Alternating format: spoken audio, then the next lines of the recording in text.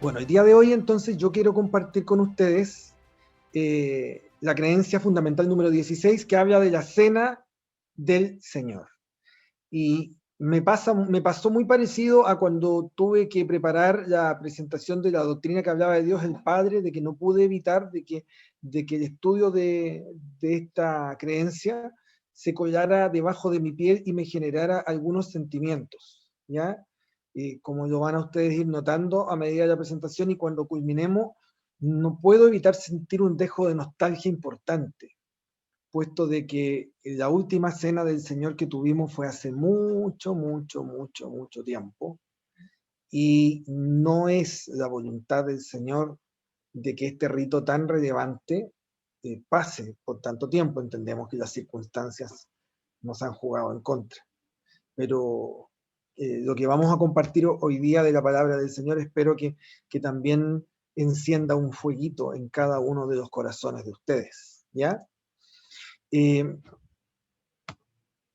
Les traigo un poquito el esquema de la que va a ser la presentación. Vamos a dividir la presentación en dos partes. La primera vamos a hablar del rito de la humildad, y en la segunda vamos a hablar de la cena propiamente tal del Señor, porque estas dos partes están unidas, ¿ya?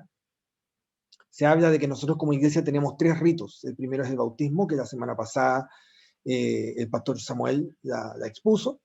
Y el día de hoy vamos a exponer el rito de humildad y la cena del Señor. De cada uno de ellos vamos a discutir algunos conceptos previos, vamos a analizar los textos bíblicos donde se basan estos dos ritos, vamos a hablar de cuáles son las teologías que hay detrás de, qué nos enseña la Biblia detrás de estos ritos, y finalmente vamos a sacar algunas conclusiones. La primera pregunta que yo traigo con usted y que quiero compartir es por qué estos ritos son importantes, estos dos que vamos a hablar el día de hoy en particular. ¿Por qué son importantes? En el último tiempo he tenido la oportunidad de estudiar prácticas religiosas distintas incluso del cristianismo, ¿ya? Por unos cursos que estoy, digamos, ahí haciendo. Y hay religiones distintas a las de nosotros que son muy rituales, que se basan mucho en ritos, en prácticas rituales, ¿ya? Versus el cristianismo, que no es una religión tan ritual. Dentro del cristianismo, nosotros como adventistas, yo diría que somos casi de los menos rituales entre todos. Ustedes bien saben, los que hayan sido entre ustedes católicos, los que hayamos sido católicos, o que tengan conocimiento, que la Iglesia Católica celebra 7 sacramentos, que para ellos son ritos y tienen rituales. Nosotros no hablamos de sacramentos propiamente tal.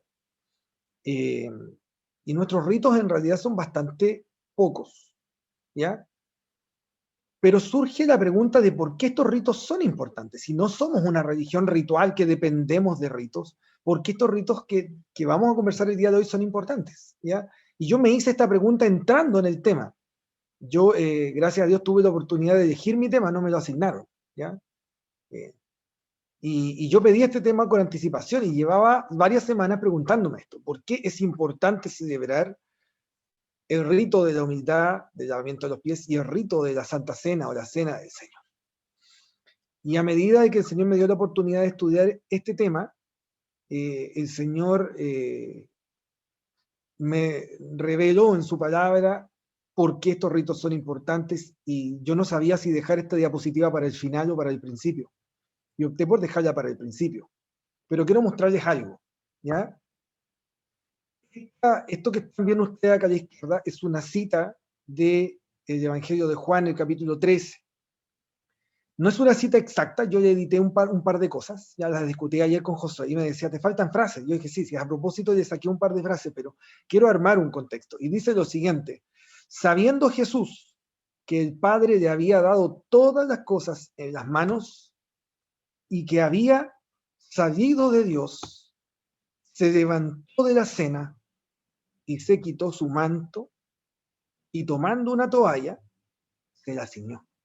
Esto aparece en Juan capítulo 13, versículos 3 y 4.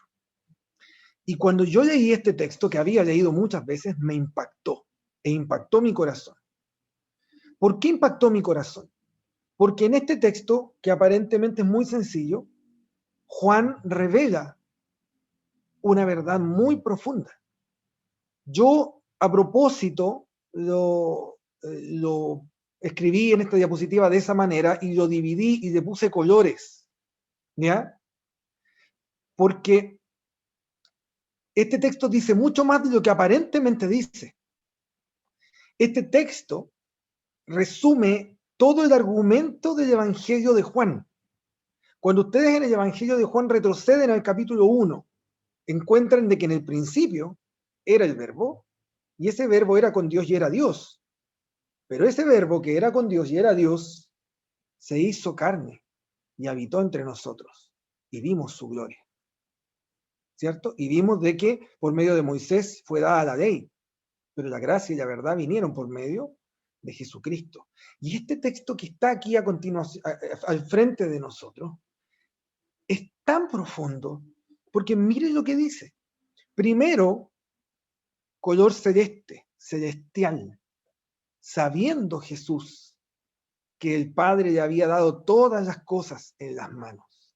Es como que hablara de este Jesús preencarnación, de este Jesús eterno, que estaba en los cielos con el Padre, que el Padre le había dado todas las cosas en las manos. Pero ese Jesús sale de Dios y se embarca en un viaje. ¿Hacia dónde? Hacia la tierra. Ese Jesús se levanta de esta cena eterna que tiene con su Padre y se quita su manto de divinidad. ¿Y de qué se viste? Dice que toma una toalla y se la ciñe, se viste como un siervo. Y yo no pude evitar pensar en esta otra cita, famosa, del libro de Filipenses, que dice, haya pues en vosotros este sentir que hubo también en Cristo Jesús, el cual siendo en forma de Dios, no estimó el ser igual a Dios como cosa a que aferrarse, sino que se despojó a sí mismo, tomando forma de siervo, hecho semejante a los hombres, y estando en la condición de hombre, se humilló a sí mismo, haciéndose obediente hasta la muerte y muerte de cruz. No sé si ustedes pueden mirar allí los textos y hacer las comparaciones, pero este Señor celestial, que era igual a Dios, no estima su realidad celestial, su realidad divina eterna, como cosa a la cual aferrarse, sino que se despoja, se levanta y se convierte en un siervo. Y el texto de Filipenses va incluso más allá que el de Juan, porque no solamente llega hasta el siervo, sino que llega hasta el siervo que se humilla a sí mismo hasta la muerte y hasta la muerte de cruz. Hermanos, ¿por qué son importantes los ritos y por qué vamos a estudiarlos el día de hoy? Porque los ritos, estos ritos, lo que hacen es reflejar, recordarnos, traernos a colación, ¿qué cosa? Traernos a colación la historia de nuestra salvación. La historia de nuestra salvación. Nuestra salvación está reflejada en estos ritos y por eso son relevantes. La historia de cómo Dios trama un plan para salvarnos, de cómo Cristo sale del cielo para salvarnos, están en estos ritos. Y por eso estos ritos son tan importantes, hermanos. Estos ritos son una celebración, pero son una conmemoración. Son un recuerdo y son un festejo. Por eso que son tan relevantes y son tan ricos. Dicho esto, que insisto podría haber sido la última diapositiva, pero decidí que fuera la del principio, vamos a ir al primero de ellos. Vamos a ir al rito de la humildad. ¿Ya? O como lo conocemos también, el lavamiento de los pies. Antes de ir al Nuevo Testamento propiamente tal, hay ciertos antecedentes que podríamos nosotros discutir. ¿Ya? El antecedente del Nuevo Testamento es el Antiguo Testamento. Y el lavamiento de los pies es una práctica habitual en el Antiguo Testamento. De hecho, si ustedes van a los textos que están en esta diapositiva, se van a encontrar con personas que lavaban los pies de otros. Recuérdense de que en el Antiguo Oriente se caminaba, era el medio predilecto de transporte, era caminar. Y estamos hablando de países eh, con mucha área seca, con mucha tierra, con mucho desierto. Y por lo tanto, pies que se ensucian. Y por lo tanto, al llegar a cierto lugar a hospedar, se requería de una limpieza de los pies. Y hay muchas historias, no las vamos a leer estas que están acá en esta diapositiva, solamente las tengo allí para que ustedes las puedan buscar, donde se muestra de que el lavamiento de los pies es un acto de hospitalidad. Cuando usted recibía visitas en esa era, usted solía arreglar de que esas visitas se les lavasen los pies. Habitualmente lo hacía la servidumbre, pero también lo podía hacer la persona. La más famosa de ellas, y es la que se encuentra ahí en el relato que ustedes están viendo, cuando llegan los 3 ángeles a donde Abraham.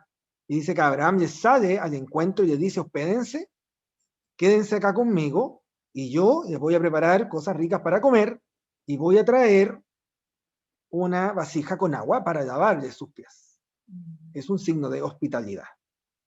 ¿Ya? Pero hay otro antecedente importante del Antiguo Testamento. Recuérdense, quédense con el concepto de hospitalidad. El otro concepto está aquí, ¿ya? Y aquí sé que hay algunos textos que me gustaría que pudiésemos leer. Necesito que por favor alguien busque Éxodo 29:4,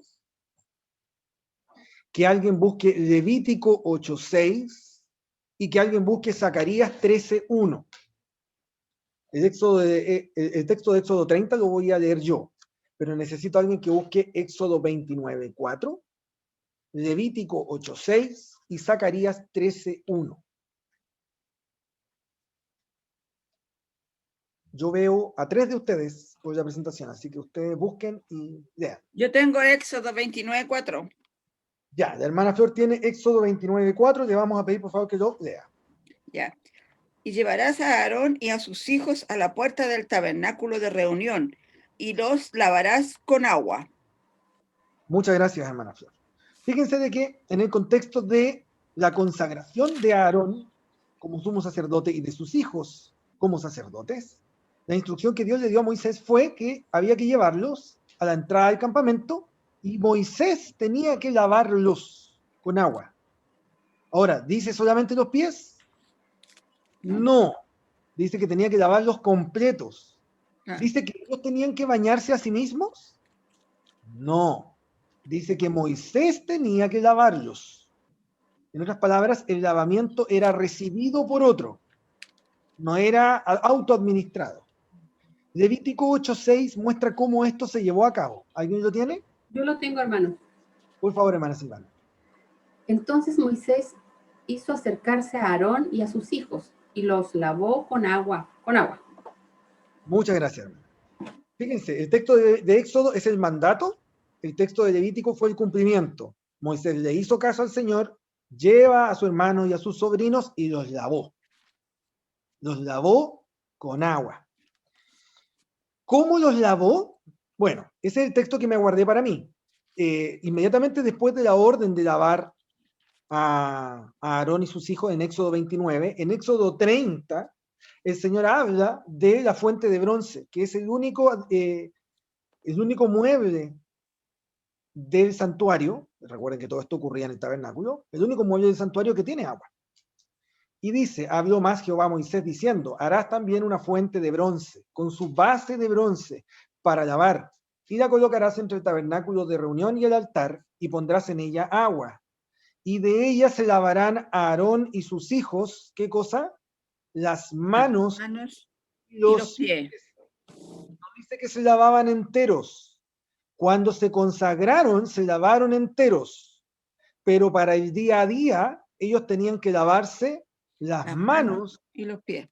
Los pies. Cuando entren en el tabernáculo de reunión, se lavarán con agua para que no mueran. Y cuando se acerquen al altar para ministrar, para quemar la ofrenda encendida para Jehová, se lavarán las manos y los pies para que no mueran. Y lo tendrán por estatuto perpetuo él y su descendencia por sus generaciones. Si ustedes ven en la imagen que yo les coloqué allí, es una fuente. No tenemos mucha descripción de cómo era la fuente, pero muchos autores dicen de que la fuente es tal como usted la está viendo allí, tiene una pila arriba, superior, que alcanzaba para las manos, pero tenía una pila baja, a la altura de los pies, para lavar los piecitos. Y esto tiene mucha lógica si entendemos que el mandato de Dios era lavar las manos y los pies. ¿Sí? ¿Puedo leer el Zacarías 13:1 Lea Zacarías 13:1, por favor, Obed. ahora mismo? Ahora mismo. Ya. En aquel tiempo habrá un manantial abierto para la casa de David y para los habitantes de Jerusalén, para la purificación del pecado y de la inmundicia. ¿Sigo leyendo? Solamente el 1, ese era el 1, ¿verdad? Sí, el 1 nomás. Sí, Muy bien, ese era Obed. Muchas gracias. Muchas gracias. ya. Fíjense que cuando ustedes leen Zacarías, este manantial que se abre afuera del santuario. Es como la expansión de la fuente de bronce. Y tiene el mismo sentido que la fuente de bronce. Ese sentido es purificación, limpieza, pero limpieza del pecado y de la inmundicia. ¿Ya? Recuerden que estamos en el Antiguo Testamento. ¿Ya? Ahora nos pasamos al Nuevo Testamento. Y en el Nuevo Testamento, el texto que habla de el rito de la humildad, el lavamiento de los pies, está solamente ubicado en un texto que está en Juan capítulo 13, los versículos del 1 al 20. Por lo tanto, si ustedes gustan, podemos ir hacia allá. Yo les voy a ir dando algunas observaciones del texto, pero es el único texto que menciona el lavamiento de los pies. Los recuentos de Mateo, Marcos y Lucas no lo mencionan, pero sí lo menciona Juan. ¿Ya? Y cuando ustedes leen Juan 13 del 1 al 20, se encuentran con la siguiente subdivisión. Entre los versículos del 1 al 5 se nos dice de que Jesús lava los pies de sus discípulos. Entre los versículos 6 al 8 tenemos a Pedro que se opone a que Jesús le lave los pies y Jesús que le insiste. Jesús es tan persuasivo que en el versículo 9 y 10 Pedro accede y Jesús aprovecha de enseñarle algo. Luego en el versículo 11 tenemos un paréntesis donde se menciona que hay un traidor. Luego Jesús sigue su enseñanza entre los versículos 12 al 17, donde el Señor dice de que eso que él hizo de lavarle los pies establecía un ejemplo y un mandato. Luego el Señor Jesús en el verso 18 vuelve a hacer un paréntesis donde se refiere nuevamente a este traidor que estaba entre ellos. Y entre los versículos 19 al 20 el Señor Jesús establece su autoridad. ¿Ya? Si ustedes quieren estudiar el texto, más o menos este es el esquema que tiene el texto. Ahora vamos a ir a el significado, la teología, lo que nos enseña este texto. Y lo primero que podemos sacar es que el Señor Jesús toma forma de siervo. Recuerden el texto que leímos al principio, que el Señor Jesús tomó forma de siervo.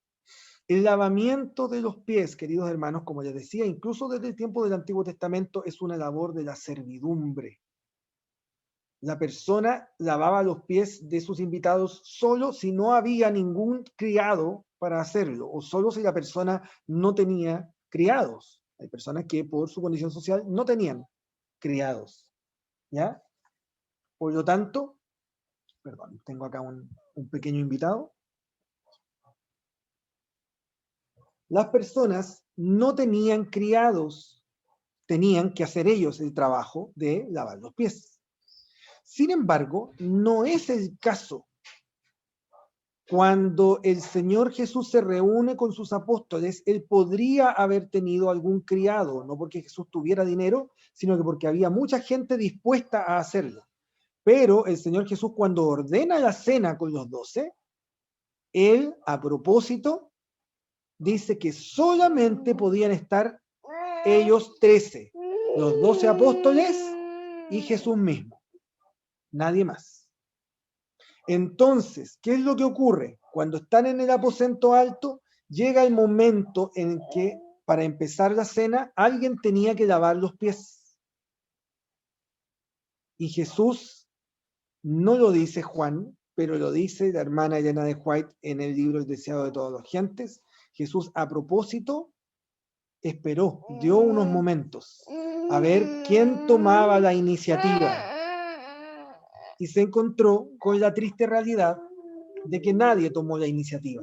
Nadie estaba dispuesto a hacerlo, porque esta era una tarea de servidumbre.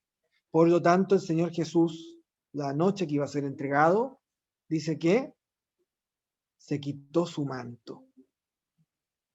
El manto era el equivalente hoy día de una parca, ¿cierto? De un chaleco. Él se lo quita, se queda con sus ropas más internas, toma una toalla y se la ciñe, se la amarra a la cintura y toma un lebrillo y empieza a lavar los pies de sus discípulos. El Señor Jesús toma forma de siervo y el valor que nos enseña en ese acto es la humildad. El Señor Jesús lavó los pies de aquellos que no comprendían lo que Él estaba haciendo. Ellos no entendían lo que estaba haciendo. El mismo Jesús les dice a Pedro, que es el que hablaba, ¿cierto? Pero a Pedro le dice a todos, lo que estoy haciendo no lo entiendes ahora. Ellos no entendían y sin embargo Jesús les lavó los pies. Jesús les lavó los pies de quienes se escandalizarían de Él. Todos se iban a escandalizar de Él esa noche, horas después, pero el Señor Jesús lavó los pies de ellos igual. Y no nos olvidemos que el Señor Jesús lavó los pies de aquel que le iba a entregar, de aquel que le iba a traicionar. Y el Señor Jesús lo hizo. ¿Por qué? Por humildad. Esta es una de las cosas que nos enseña el lavamiento de los pies, la humildad. Pero también hay otra lección, que es la que Jesús quiere tener parte con nosotros. ¿Ya? Y aquí en esta imagen ustedes tienen al Señor Jesús lavando los pies de Pedro y le dice, si no te lavare, no tendrás parte conmigo. Los evangelios muchas veces hablan de tener parte en su significado de pertenecer. ¿Ya? Por ejemplo, el siervo malo y negligente fue echado fuera y para que tuviera su parte con los hipócritas, y afuera estaba el lloro y el crujir de dientes. ¿Ya? Ahí estaba su parte. Jesús quiere tener parte con sus discípulos, quiere tener parte con Pedro, y por eso le dice, si yo no te lavo, no tendrás parte conmigo. El Señor Jesús quiere tener parte con nosotros y eso es comunión. El Señor quiere tener comunión con nosotros. Ahora, también el Señor Jesús establece un mandato. ¿Ya? Y acá el concepto es el de deuda o de deber. Fíjense lo que dice el texto. El texto de Juan 13:14 dice, pues si yo, el Señor y el Maestro, he lavado vuestros pies, también debéis lavaros los unos a los otros. La palabra griega que se traduce como debéis es ofeídete. Ofeído, que es la palabra griega de la cual esta proviene, significa, tiene dos traducciones. Una es deber como deuda y la otra es obligación. En otras palabras, el Señor Jesús lo que está queriendo decir es, si yo siendo el maestro les lavé los pies a ustedes, ustedes tienen una deuda conmigo.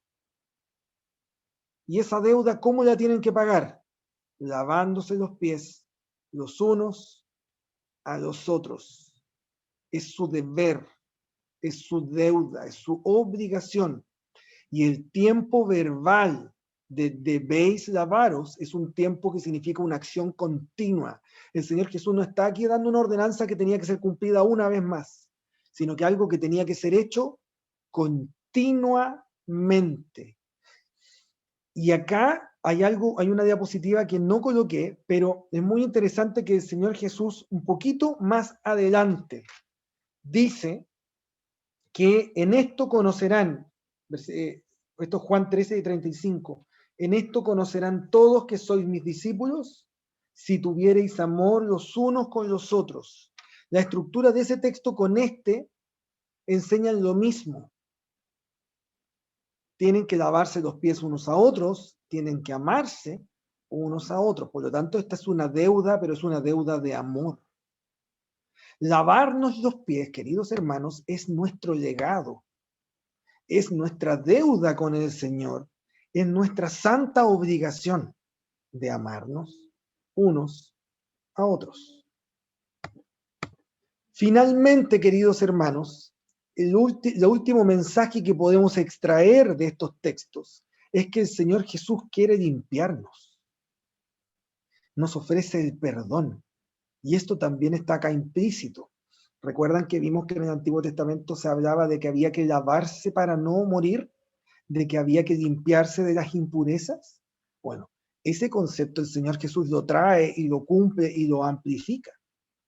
Fíjense lo que dice acá, Juan 13:10, porque ¿se acuerdan qué es lo que le dice Pedro? Señor, entonces si se trata de lavarme, no solamente los pies, también las manos y la cabeza. Pero el Señor Jesús le dice que no es necesario lavarle las manos, los pies, o sea, las manos, la cabeza junto con los pies. Y le dice, Juan 13:10, el que está lavado no necesita sino lavarse los pies. Y es interesante porque en nuestra traducción hispana la palabra lavar aparece las dos veces, pero en el griego las expresiones son distintas. Cuando dice el que está lavado, el griego lobo significa bañarse, es el baño completo. En cambio, cuando dice lavarse los pies, habla del griego nipto, que significa lavar algo o una parte. El Señor Jesús está diciendo que aquel que ya ha sido bañado completo, solo necesita lavarse los pies. Aquí está haciendo referencia, y por eso que nosotros enseñamos esta creencia después de la creencia anterior, que es la del bautismo. Porque el baño completo lo tenemos en ocasión del bautismo. Cuando nosotros nos bautizamos, hemos sido bañados completos. Pero con el paso del tiempo, después de nuestro bautismo, nosotros con el paso del tiempo, así como el caminante se ensucia los pies, nosotros también nos ensuciamos con el pecado. El Señor no requiere que nos bauticemos cada vez, sino que requiere ¿qué cosa? Que nos lavemos los pies. Y acá hay algo muy interesante, queridos hermanos. Cuando en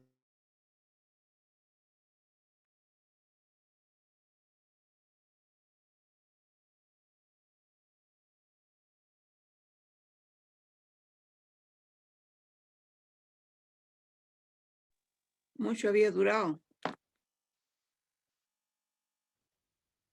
pues está ¿Qué le todo... pasa? ¿Se pegó? Sí, se Sí, pegó. Fran, te pegaste un ratito, por lo menos un minuto. ¿Qué parte se perdió? En la introducción. Perfecto. Voy a recapitular, ¿ya? Alcanzaron a escuchar lo del bautismo, ¿no? ¿Sí? Sí, Los que hemos sido lavados en ocasión del bautismo, con el paso del tiempo, ¿cierto? El sí. pecado nos ensucia. Sí, hasta ahí quedó. Lavarnos los pies. Y cuando nos lavamos los pies, cuando le lavamos los pies al hermano, también nos lavamos nosotros las manos. El Señor ha establecido esto como un lindo sistema para que unos y otros seamos purificados. Y el Señor declara de que el que se lava los pies está todo limpio. Todo limpio. Y queridos hermanos, ¿de qué somos limpios? Somos limpios del pecado. El Señor promete perdón.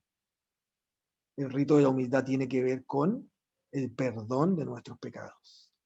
Hermanos, solamente como conclusión de esta primera parte, el lavamiento de los pies es importante, puesto que conlleva los conceptos de amistad, de comunión, de hospitalidad, ¿cierto? De comunión unos con otros. Tiene el concepto de humildad, de rebajarnos, ¿cierto? Tiene el concepto de limpieza, de perdón, de purificación. ¿Ya? Todos estos conceptos están aquí relacionados. Tienen estos conceptos juntos. Y por lo tanto, estos conceptos nos preparan para lo que viene. Y lo que viene es la cena del Señor. así como el Señor Jesús hace esto y luego cenan, de la misma manera nosotros hemos conservado ese orden. Y esto tiene razones de ser. Ahora, igual que como lo hicimos con el lavamiento de los pies, ¿cuáles son los antecedentes históricos de la cena de esta cena en el Antiguo Testamento? Y yo aquí traje estos textos. El primero se encuentra en Éxodo 25, del 26 al 30, Levítico 24, del 5 al 9, y el segundo se encuentra en Éxodo 12, del 1 al 28. No vamos a leer estos textos ahora, pero los que están ahí arriba, Éxodo 25, del 26 al 30, es cuando el Señor le manda a Moisés construir la mesa en la cual iban a estar los panes de la proposición. Y el Levítico 24, del 5 al 9, el Señor le enseña a Moisés cómo tienen que ser esos panes. Esos panes tenían, entre sus características, tenían que ser panes no leudados, sin levadura.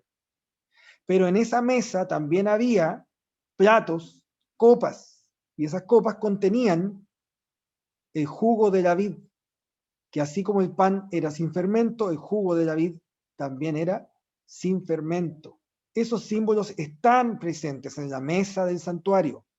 Y en Éxodo 12, del 1 al 28, el Señor establece la Pascua. Tenemos allí la Pascua, de la cual viene el antecedente más cercano de la cena del Señor, porque la Pascua era una cena donde estaba nuevamente el emblema del pan sin levadura, pero también estaba el emblema de las hierbas amargas, y estaba también el emblema de este cordero que era sacrificado, ¿cierto? Y que era asado al fuego, y cuya sangre estaba en los dinteles de las puertas de la primera Pascua, la original, pero estaba presente en las mesas de la Pascua de allí en adelante. ¿Ya? Permítanme alcanzar acá algo que yo necesitaba. Miren, vamos a ir ahora, saltar al Nuevo Testamento.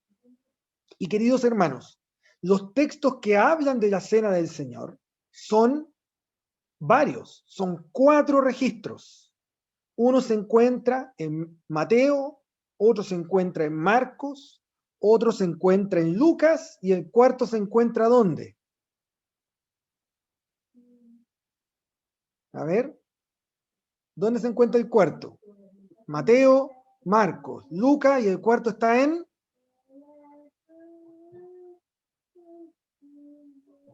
Juan. Muy bien, le tiré un cazabó, era un lazo, no está en Juan. ¿Ya? Lo hice a propósito. El texto de Juan no incluye el relato de la cena, pero sí el del lavamiento. El otro texto de la cena se encuentra en Primera de Corintios y lo relata Pablo. Vamos a leer, yo sé que ha pasado el tiempo, pero vamos a leer todos estos relatos, pero miren, lo vamos a hacer de la siguiente manera. El texto de estos 4 que tiene el esqueleto básico es el texto de Marcos, Marcos 14, del 22 al 25, y es el que está acá. El relato de Marcos tiene la siguiente característica, es el que se repite en todos los demás. Marcos no tiene elementos nuevos. Por lo tanto, vamos a leer primero el de Marcos y luego vamos a leer los otros viendo los elementos nuevos. ¿Alguien puede leer este relato de Marcos? ¿Lo leo? Ah, Lelita. Por favor. Y mientras comían, Jesús tomó pan y bendijo y lo partió y les dio diciendo: Tomad, esto es mi cuerpo. Y tomando la copa y habiendo dado gracias, les dio, y bebieron de ella todos. Y les dijo: Esto es mi sangre del nuevo pacto, que por muchos es derramada. De cierto os digo que no beberé más del fruto de la vid hasta aquel día en que lo beba nuevo en el reino de Dios. Amén. Excelente. Gracias, Edita. Este es el texto básico de lo que ocurrió esa noche. ¿Ya? El Señor Jesús, mientras comían la cena de Pascua, recuerden que estaban en la víspera de la Pascua, el Señor Jesús toma el pan, lo bendice, lo parte, ¿cierto? Y luego hace lo mismo con la copa. Y les explica a ellos qué significan estos emblemas. Y luego habla de esta promesa. ¿Ya? Veamos los otros textos y veamos qué es lo que agregan. El texto de Mateo es muy similar al texto de Marcos, pero yo marqué allí, está marcado con negrita, qué es lo que Mateo añade o qué es lo que Mateo aporta. Por ejemplo, Mateo menciona de que la sangre derramada del nuevo pacto es derramada, ¿pero para qué? Derramada para remisión de los pecados. Esto claramente es muy importante y es un detalle que Marcos no menciona. Y finalmente, cuando hace la promesa de que el Señor dice de que no va a beber más de este fruto hasta aquel día final, dice, es más explícito que decir en el reino de Dios, dice hasta el día en que lo beba nuevo, con vosotros en el reino de mi Padre. Es decir, el Señor les está prometiendo a sus apóstoles allí que ellos van a ser parte de esa cena en el reino de su Padre. ¿Ya? Este es el relato de Mateo. Y ahora les traigo el relato de Lucas. Y el relato de Lucas tiene algunas diferencias más que también son bien relevantes. Por ejemplo, Lucas comienza diciendo que cuando era la hora, se sentó a la mesa y con él los apóstoles. Cuando era la hora, es como que el Señor Jesús hubiese llevado un cronometraje de lo que tenía que ocurrir. Y el Señor Jesús les dice, cuánto he deseado comer con vosotros esta Pascua antes que padezca. Es decir, la institución de esta cena es algo que en esa noche de gran dificultad y de gran angustia, es algo que produjo gran alegría en el corazón de Jesús. El Señor Jesús quería, anhelaba ese momento en el cual iba a compartir la cena con sus apóstoles. Cuando el Señor habla del cuerpo, del pan que representa su cuerpo, dice que por vosotros es dado. Otras versiones anteriores dice que es por vosotros es partido, pero aquí dice que es dado. ¿Cuál es la diferencia en que entre el cuerpo sea partido y sea dado? Bueno, en este caso que sea dado quiere decir de que pertenece a la soberanía de Dios y que es parte del plan de Dios, el regalo del Señor Jesús. Y cuando habla de su sangre, dice que esta copa es el nuevo pacto en mi sangre que por vosotros se derrama. Y es interesante, los textos de Mateo y de Marcos dicen que la sangre se derrama, pero Lucas le dice, por vosotros se derrama. En otras palabras, el recuento de Lucas es muy personal, es muy íntimo de Jesús con sus apóstoles. Le dice, esto que estoy haciendo, lo estoy haciendo con ustedes y lo estoy haciendo por ustedes. ¿Ya? Y ahora vamos al recuento de Pablo, en 1 Corintios 11, 23 al 26. El recuento de Pablo es muy similar a los que leímos, pero tiene el siguiente añadido. Casi al final dice que el Señor Jesús dijo, haced esto todas las veces que la bebiereis en memoria de mí. Fíjense que el Señor Jesús claramente aquí da a entender de que este rito que está estableciendo tenía que ser hecho de manera reiterada, continua. No era algo de una sola vez, sino que se iba a convertir en un memorial. Y dice, cada vez que la hagan esto en memoria de mí. Y el Pablo agrega al final el siguiente corolario. Así pues, todas las veces que comierais este pan y bebierais esta copa, la muerte del Señor anunciáis hasta que Él venga. Este añadido final es muy importante y lo vamos a ver en las últimas diapositivas. Finalmente, no quería dejar fuera a Juan. Yo les dije que Juan no tiene un recuento de la cena, pero Juan sí tiene un recuento muy interesante en el capítulo 6, y yo escogí aquí algunos versículos, el versículo 51 y versos 53 al 57.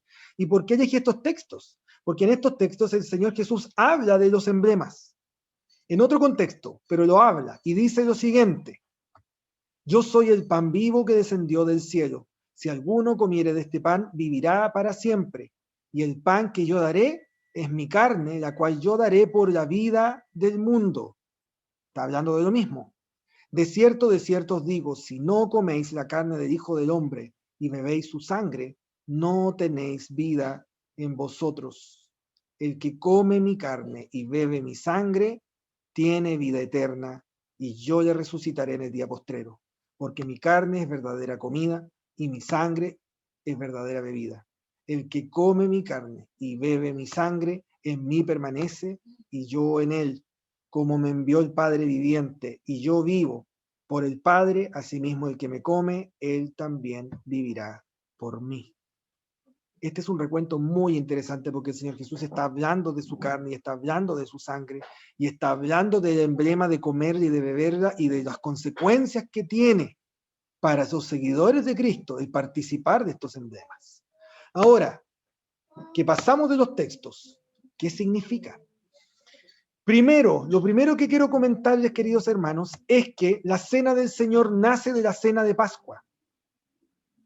La cena del Señor ocurre en el contexto de una cena pascual. Están celebrando esa cena. Pero el Señor Jesús no... ¿Qué es lo que hace con la cena pascual? La toma y le da un nuevo significado, le da un nuevo comienzo. Instituye una nueva cena a partir de la cena pascual. Y es por eso que yo les tengo aquí este diagrama, porque hay algo que tienen en común la cena pascual y la cena del Señor. Y en realidad son dos cosas. Primero, ambas apuntan hacia el pasado, tanto como hacia el futuro. Ambas.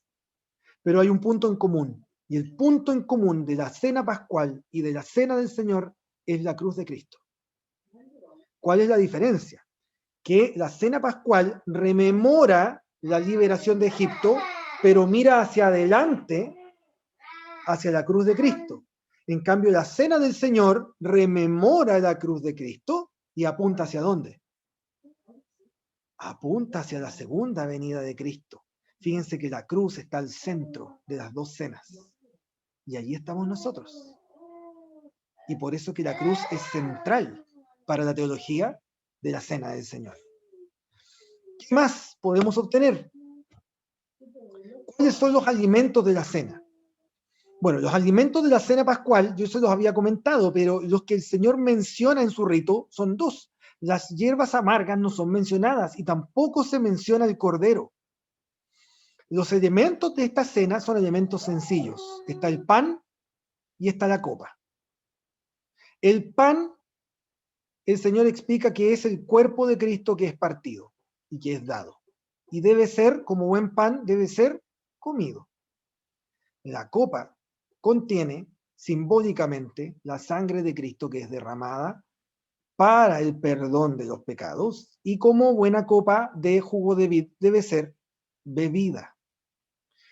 Ahora, esto llama mi atención poderosamente porque tiene que ver netamente con mi profesión y con lo que yo estudio, ¿ya?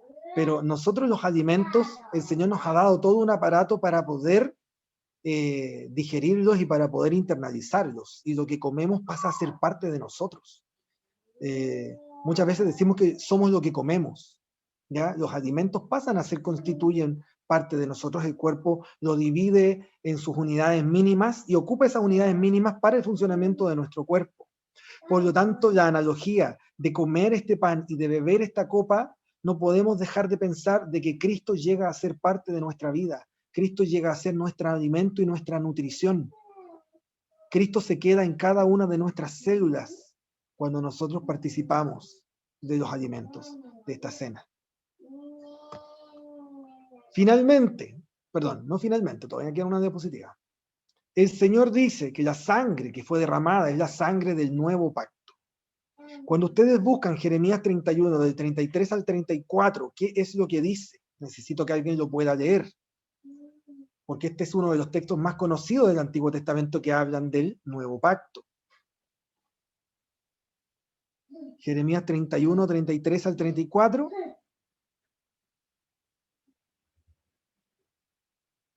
Que alguien por favor lo pueda leer. La Lucy lo va a leer. Gracias, hermana Lucy. Se está cambiando de ojo, espera. Muy bien. Pero este es el pacto que haré con la casa de Israel. Después de aquellos días, dice Jehová, daré mi ley en su mente y las escribiré en su corazón. Y yo seré a ellos por Dios y ellos me serán por pueblo. Y no enseñará más ninguno a su prójimo ni ninguno a su hermano diciendo, conoce a Jehová, porque todos me conocerán, desde el más pequeño de ellos hasta el más grande, dice Jehová, porque perdonaré la maldad de ellos y no me acordaré más de su pecado. Gracias, querida hermana Lucy. Fíjense, cuando el Señor Jesús toma la copa y les dice a ellos, tomen, beban, esto es mi sangre del nuevo pacto. ¿No creen acaso que a ellos les resonó en su mente este texto de Jeremías que conocían tan bien? En esa copa, en lo que Cristo estaba a punto de hacer al entregar su vida por nosotros, Él cumple el nuevo pacto. Llega el momento en el cual el Señor va a escribir su ley en los corazones de los hombres. Va a escribir su ley en estos corazones. Y el Señor va a reconocernos como pueblo. Y el Señor, más importante, lo que sale al final, no va a recordar más nuestros pecados. Por eso Jesús dice que esta sangre está siendo derramada para perdón de los pecados. ¿Ya?